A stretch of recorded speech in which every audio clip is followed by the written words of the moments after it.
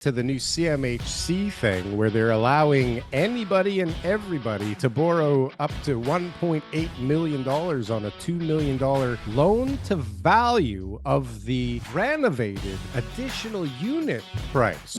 We are seeing, I'm seeing price reductions even on my street. I'm hearing, actually, I'm seeing a lot of launches recently of like, I guess, phase 2s and phase 3s. And it seems like some guys are out there testing the market. I see a big, juicy, beautiful deal that's coming to market soon, right across the street from mine. And it's going to help me set kind of my parameters. But it seems like people are kind of launching a few things again, testing the waters out. It feels like there's activity out there. I saw a lot of receiverships actually this week. More receiverships. Oh, new round of receivership properties coming out, commercial properties. And some of them are weird too. Like they bought the property like 30 years ago for like $1 million.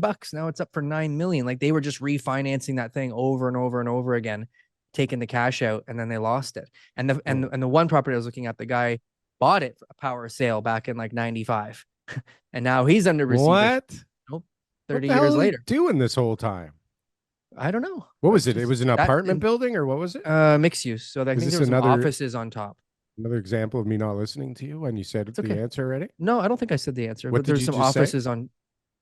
I can't remember what I just said like 10 seconds ago. But the bottom line is this: with offices. What? There's a mixed use property with offices on the top. Yeah. Okay.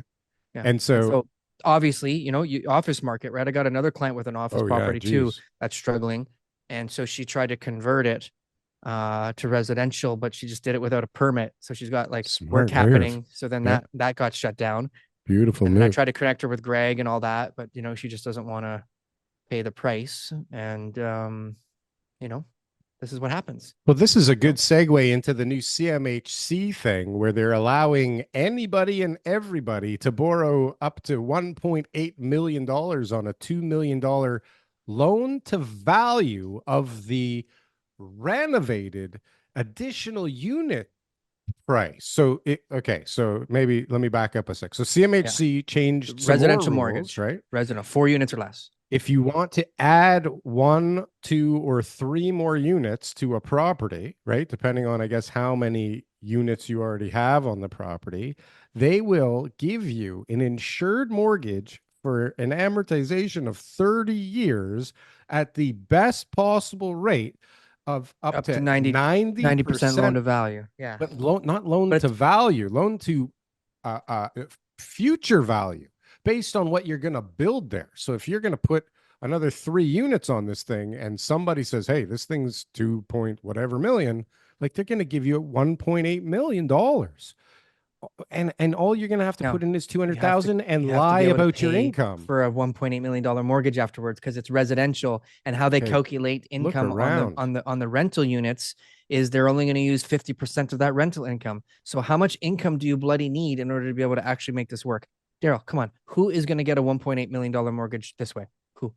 All the people that will pay for documents that show, because listen, do the math. Some of these will fraudulent income documents will obtain maximum. Oh, there's none of that in the market. Whatever. That never happens. This is insane. If that's what we're relying on, this is just another federal program.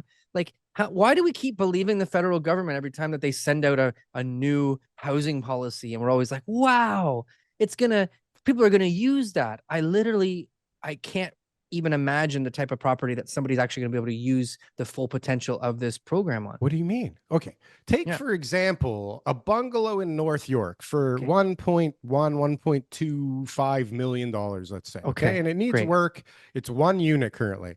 Okay. And you're going to put a unit in the basement. You're going to add on to this thing, and you're going to spend some money, and you're going to spend a great job. 4 units and 4 units, 1. You're in another million. So you're in $2 million. Boom. Yeah. Boom. $2 million. Done. Okay. And so what does it make How after do you pay your qualify mortgage? for a $1.8 million mortgage? Okay. Here. Oh, there's a mortgage insurance premium too. So it's probably 1.85.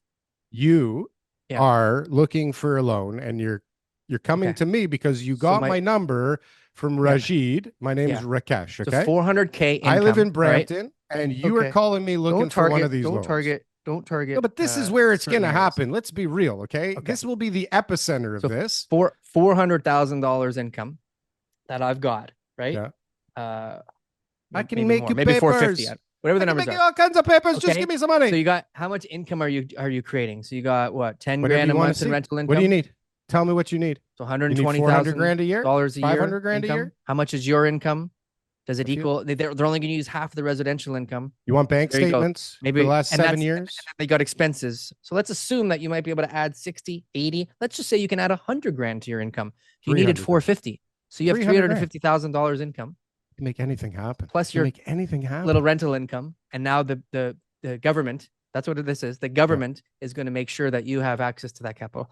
I'm sorry, Darryl. People are going to be bidding against people that value it with Sounds like an multiple election units. promise, Darryl. It's going to happen again. It's like the I'm just laneway saying. suites. Come Break on. it down. Are people not looking at laneway suites now? And they're looking at the house going, you know, if I add the laneway suite and I take out the Yeah. loan and I rent it out, then I can afford this house.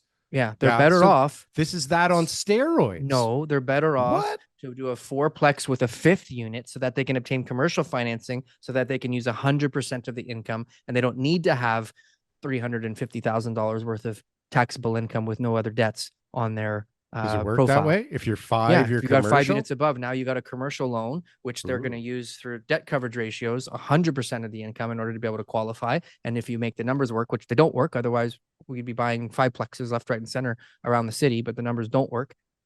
I think these numbers work in the scenario that I described. I think they work actually very well, and I think there'll be incentive to do it. I hope And it, you need I no hope money. It's not like I don't. It's not like I don't want it to work. I hope everybody uses this program to No, build this more is- housing and buys more rental properties and lives a good life. Why No, you're would I not missing the want that? point. It doesn't work without the fraud, though, TK. Oh, okay, You need the fraud Sorry, you need component the for fraud this idea component. to work. Okay.